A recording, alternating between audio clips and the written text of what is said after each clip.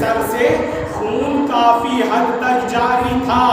ارے علی چاہتے یہ تھے بیٹیاں ہیں, زینب ہے, ارے رنگ میں خون بھی اس رنگ میں مل جائے تاکہ یہ نہ پتا چل سکے علی کے سر سے خون جاری. اللہ آپ کو کوئی غم نہ دے سوائے غم اہل بیت کے. ایک مرتبہ شیعیان امیر المومنین گھر پر کھڑے ہوئے ہیں, گھر کے باہر کوئی جانے کو تیار نہیں, تاریکی ہو رہی ہے. دن میں جب دن گزر گیا, تاریکی آئی, سب چلے گئے, ایک فرد کھڑا رہا. امام حسن گئے, دیکھا اسبغ ابن نباتہ ہیں, کہا اسبغ آپ جائیے گھر آرام کریے, اب امیر المومنین کی حالت ٹھیک ہے. کہا اے شہزادے جب تک مل نہ لوں میں نہیں جاؤں گا. کہا مولا آرام فرما رہے ہیں. کہا میرا پیغام دے دیجئے, اسبغ یہاں کھڑا ہوا ہے. ایک مرتبہ امام حسن جاتے ہیں, مولا اسبغ ابن نباتہ نہیں جا رہے ہیں. سب گھر کو چلے گئے. کہا اسبغ کو بلایا جائے. اسبغ ابن نباتہ آتے ہیں. ایک مرتبہ امیر المومنین نے اسبغ کی طرف دیکھا.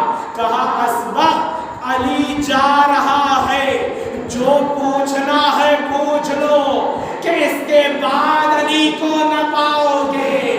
تمہارے درمیان سے تمہارا مولا جا رہا ہے. ارے علی ہوگا اور علی کی یاد ہوگی, کوئی نہ ہوگا جو امیر المومنین کی جگہ لے سکے.